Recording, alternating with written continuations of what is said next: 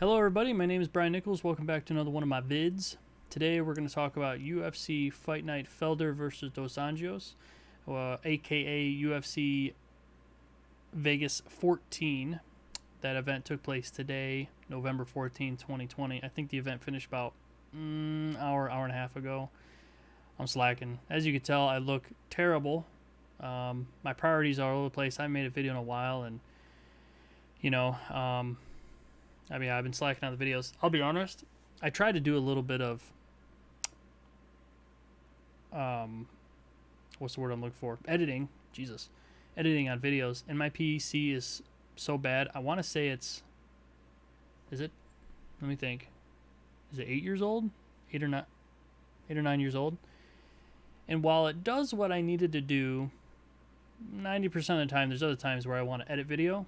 And it literally caps my CPU at 100%, so it just takes a dump and things die. So I'm currently in progress of parting out PC parts for my new PC. So, anyways, hope everything's going great with you guys. I've been, like I said, crazy as hell. I'd show you the puppy because he has a cone on his head. He got neutered on Thursday, so he's adjusting to having a cone on his head. I didn't think he'd need it, according to the nurse veterinarians. They said he wasn't biting or itching or anything, but I show up to pick him up at the vet, and he starts trying to lick near his incision down there, and they're like, "Yep, gonna need a cone." So, learning myself as well as he's learning how to deal with a cone on his head. I have to take it off for him to eat, to drink. If he wants to chew the bone, he can't run, he can't play, he can't jump on the damn couch over there. It's crazy. It's like lockdown. And then our other dog isn't feeling good, so that's going on. And of course, COVID is affecting everybody. And what else I got going on? I'm doing a bunch of crap. Anyways, let's get to the fights. Now, because I had so much going on, I didn't watch the entire fight card. So honestly, I only wanted to talk about a couple of fights that I saw. Case in point, obviously the main event, and spoilers, I'm going to give you about 5 seconds. Okay. Rafael dos Anjos defeating Paul Felder in a 5-round split decision. Did you hear Michael Bisping at the end of the broadcast calling out that judge that, like, hey, just like Bisping said, nothing against Paul Felder, but giving Felder, I think he gave Felder 3 out of the 5 rounds, and then the other 2 judges gave Rafael all 5 rounds. So one judge saw 3 rounds for Paul. I mean, let's think about it. According to the new rules go by damage. So in those rounds that judge gave Paul Felder, was Paul Felder landing more damage? And what we need to do is we need to look at those 3 rounds. We need to look at the scorecard and say, okay, Judge A that gave it for Paul, we need to look and see what rounds he gave Paul. Okay, let's say round 1. Look at round 1 and say, okay, damage-wise, because I don't know if you saw at the end of the broadcast, they showed the numbers of strikes, which obviously is linked to damage. Paul Felder was ahead. Now, Rafael dos Anjos obviously used his wrestling, tried to use his grappling, and clinch up against the cage. Don't get me wrong, that was a perfect game plan. That's what you want to do. You want somebody that takes a fight on 5 days notice. You obviously want to test the person's gas tank. And I'll be real, Paul Felder's gas tank looked pretty good on 5 days notice. He talked about he has been in a gym since, did he say his last fight? He's only been training for the triathlon, and that blew me away. Like, I couldn't believe how Paul was able to keep up. I thought when I saw Rafael doing his game plan there, I thought, I was like, shit, there it goes. I was thinking it was going to be a straight striking match, Rafael, but dude's a baller. Dude, complete package when it comes to MMA fighter. He can strike, he can wrestle, he can grapple. Now, there's still the bigger fighters at welterweight that beat him, and obviously his couple losses at lightweight, but the dude's a beast. And that's exactly what you want to do. So he had a perfect game plan. But man, if you go by what the rules say when it comes to damage winning the rounds, those times that Rafael had him up against the cage, did he land a lot of damage? When he took him to the ground, did he land a lot of damage? I don't know. I'd have to rewatch it. Kind of thinking about it after the fact, I'm like, I don't know if Rafael really landed that much damage during those control times. Like, are those other judges actually counting control time up against the cage, trying to go for a takedown, landing the takedown, and then Paul sooner or later, like, I think Rafael probably got a couple punches in, sure. But did he dominate him on the ground? No. Did he hold him for a while? Yeah. Did he get it? I think he was obviously going for the arm triangle, but he didn't really get it in, you know. He tried to put his head on the mat, and just like Bisping was talking about, and Paul had to leave his arm on the mat. But did Paul ever get into a position where he was in a submission and it was close? No. You know? So if we're going off of damage, granted, obviously Paul looked worse. You know, I also got thinking, have we seen Rafael really get cut? You know, it's almost like a Khabib thing. Like, I'd have to go look back at Rafael's fights real quick and see how he looks damage-wise. I don't know if I've ever seen him cut. Like some of these guys, like, I feel like Paul Felder gets cut pretty easily. Obviously, I feel like the Diaz brothers get cut pretty easily. There's some fighters you can talk about. You always be like, well, Frankie Edgar, he always gets cut, you know. So overall, I mean, it was a great fight. Great, like, everybody's talking about Paul Felder, and they should be. The guy is OG. The guy is, at least, obviously I don't know him personally, but from what I've seen from his commentating, from how he's around his family, I haven't seen a lot of interviews, but I've seen enough. You know, but I'm not with him day to day. So from what I've seen, he seems like a nice guy, sure. Same thing with Rafael dos Anjos, like, such a nice dude from what I've seen, you know. And so they were just going, it was just business. There was no hate, there was nothing like that, no build up of that. But 5 days notice, what a fucking baller to come in.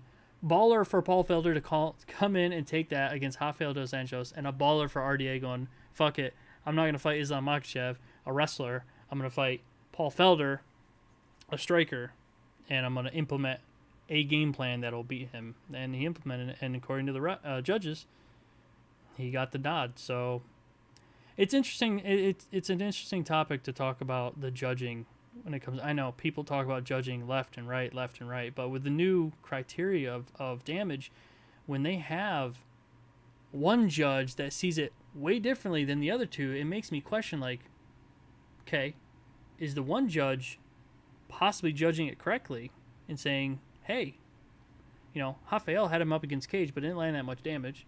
You know, he took him down. Paul got back up pretty quickly. Even though he controlled him quite a bit, he didn't land much damage, so I give those rounds to Paul. Is he correct? Or the other two correct, saying, oh, you know, Rafael landed the most damage, or I think control time should be above damage. I mean, according to the rules, it should be damage. So, yeah, either way, great win by Rafael dos Anjos. Coming in, like they were saying on the broadcast, Islam Makhachev was number 12 in the rankings. Dude gets a 5 ranking jump up with Paul Felder. Like, in my mind, obviously everybody says the rankings don't matter. They do. Unfortunately, they do at the end of the day. You know, that's how you move up the ladder. It's the whole creation and ranking of the actual ranks and stuff. Obviously, that's a joke. But yeah, I mean, why wouldn't RDA take that fight? He wants to get to that championship fight. Keep taking people higher up the ladder and get that win. So great for RDA. The question is who's next for RDA? You don't hear from me, but Mr. Chandler is still out there looking for fights. You know, obviously Connors sounds like he's going to fight Poirier. And then we got Justin Gaethje kind of in the wind after that fight with Khabib. Obviously, he didn't take a lot of damage. So I feel like between Poirier and Conor... Here, let me bring up the rankings real quick. UFC.com. Rankings.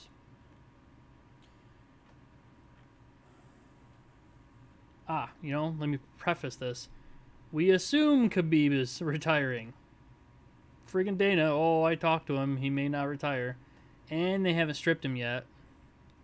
But let's just assume Khabib's leaving. So Gaethje is 1. Poirier's 2. Tony Ferguson's 3. So that's the other thing. We got Ferguson in the wind. Conor McGregor's 4. Dan Hooker 5. So let's just say ease of conversation. Let's say we take RDA and just slap it in where Paul Felder is. Let's just say Felder goes down 1. So again, Gaethje 1, Dustin Poirier 2, Tony Ferguson 3, Khabib Conor 4, Dan Hooker 5. Dan Hooker's right up there. Charles Oliveira 6, and then now RDA 7. God damn. So obviously Dustin Poirier, Conor. We got Gaethje waiting. Gaethje's not gonna fight Ferguson because obviously they just fought 2 fights ago, and that was a pretty dominant win. I feel like Tony Ferguson should fight either Dan Hooker, Charles Oliveira, or Michael Chandler. Michael Chandler isn't ranked, but he's fucking right up there in the top rankings according to UFC. So maybe Tony Ferguson, Chandler. Gaethje maybe can sit back and wait. Maybe Gaethje should wait. Poirier, Conor fight. Whoever wins that fights Gaethje for the title and make that the unification bout. Again, assuming Khabib steps away. Then that leaves Dan Hooker, Charles Oliveira, and RDA. Charles Oliveira is always fucking game. I feel like Charles Oliveira and RDA would go at it. That'd be a great fight. I don't think Dan Hooker would want to take a step-down fight. I bet you Dan Hooker would probably wait for the loser between either Tony Ferguson or Chandler, or between Dustin Poirier and Conor.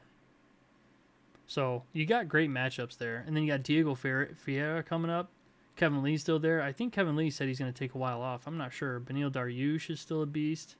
Islam, again, whenever he comes back, he's at 12. My boy, Drew Dober. He's ranked number 14. Dude, I've been calling for Drew Dober. You know, he's not perfect, but Drew Dober is a beast. Anyways, yeah, main event, fucking awesome. RDA looked fucking awesome. Paul Felder looked fucking awesome on 5 days' notice. It was a great fight. Great main event. All right, let's talk about the other fights that I saw. Co-main event. If you blinked, you fucking missed it.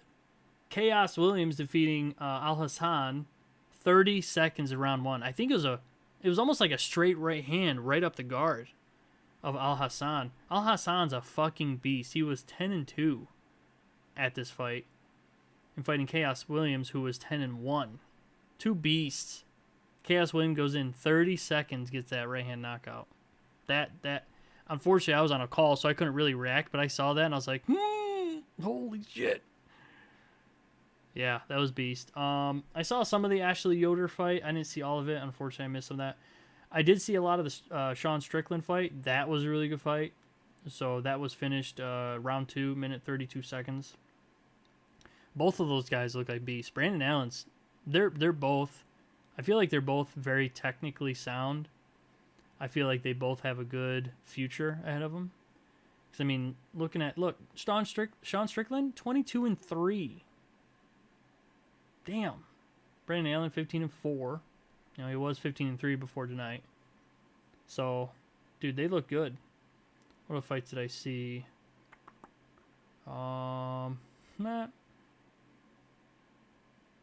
Actually, that's about it. I saw the very first fight on the prelims, but that wasn't nothing too crazy. So, overall, and then what? I think they had like 3 fights. Was it yesterday? Fell off the card, or today? Yeah, Louis Smolka fell off the card. Who else? Obviously Makhachev, but that was earlier in the week. Brian Barberena was supposed to be on this thing. Eric Anders was supposed to be on. Supposedly Anders had weight cut issues. So that's interesting. Wow. At 185. Huh. Yeah. So overall, I didn't see all the fights, so I can't comment on how I think the entire event went. But let's look ahead and look at the next event. So next event we have UFC 255's pay-per-view. It looks like I always chop this guy's name up. Davison Figueiredo is fighting Alex Perez. And I want to say Figueiredo, they call him Figgy.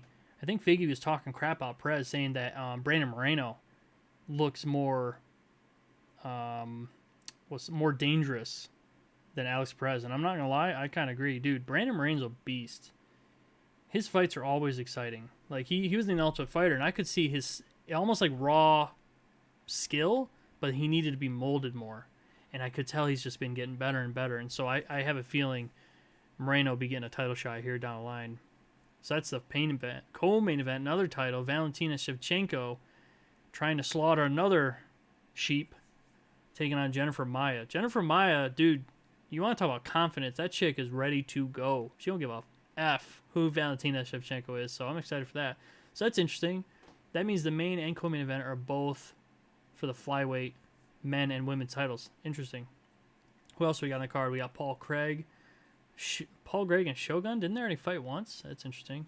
Caitlin Chukagian's on the card. She's fighting Cynthia Calvillo. Mike Perry and... Oh, my God. Mike Perry and Tim Means. Oh, man. What the fuck? That's an interesting fight. Oh, Valentina's sister is fighting Antonina. She's fighting Ariana Lipski. That's the... what do they call her? The Violence Queen. I love the nickname. I wish she... Well, we'll see how she does. I'll hold my comment on her, but I was kind of hyped on her when she got signed to the UFC. Then she didn't look that great, and I was like, Alan Jouban's fighting Jared Gooden. I like Alan Jouban. He's good. Kyle Dawkins is fighting Brandon Royval. Brandon Moreno. There you go. He's on the undercard. Is he ranked? I won't look at the UFC website. Actually, wait a minute. If we go back to that, it says he had a fight lined up with Alex Perez and it was canceled. Wait, what? Alex Perez. Interesting. So Moreno and Alex Perez were supposed to fight on this card coming up next weekend. Instead, Alex Perez got moved up to fight Figueiredo. So, to me, if he beats Brandon Royval, he's next in line. Damn. Cool. Let's see. Nicholas Dalby's really good. Yeah, so there's definitely a lot of good names on that. And even though I'm sure a lot of people say it won't do good numbers, of course not, you know. But you got to get the content out there. You got to get the fights rolling. But as a hardcore fight fan, as I'm sure you are too, I'm going to be tuning in. Unfortunately, I'm pretty busy on the weekends right now. I want to say this upcoming weekend I'll be busy again, but it should be back to normal. And I'll be able to watch fights, the whole fight card. So, anyways, if you stuck around this long, thanks for watching. Hope you guys are safe. Your family, friends are all safe. Everybody's healthy. And, be nice to people. And hopefully I'm making a video next week for UFC 255, and we'll go from there. So, thanks again for watching. Have a good night, and see you next time.